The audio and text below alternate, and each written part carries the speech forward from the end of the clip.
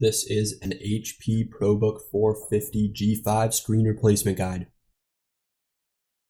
To begin, shut down the laptop by pressing and holding the power button.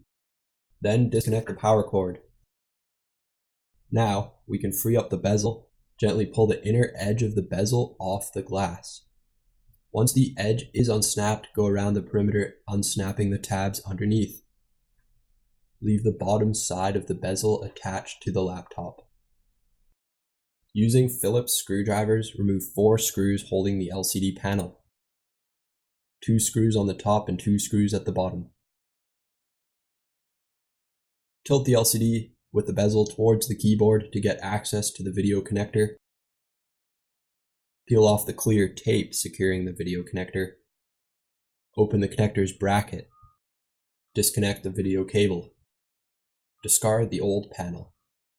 Take the new LCD screen and place it between the bezel and the back cover.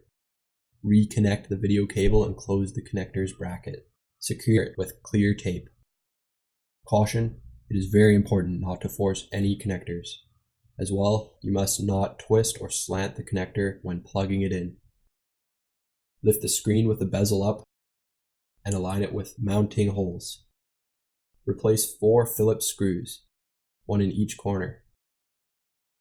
Snap the bezel in place. Press firmly in the bottom corners, then go around the perimeter, snapping the tabs back in place. Make sure that the bezel fits properly at the hinge cover. Press the power button, and if the startup graphic appears, then the LCD screen is installed correctly and we are done.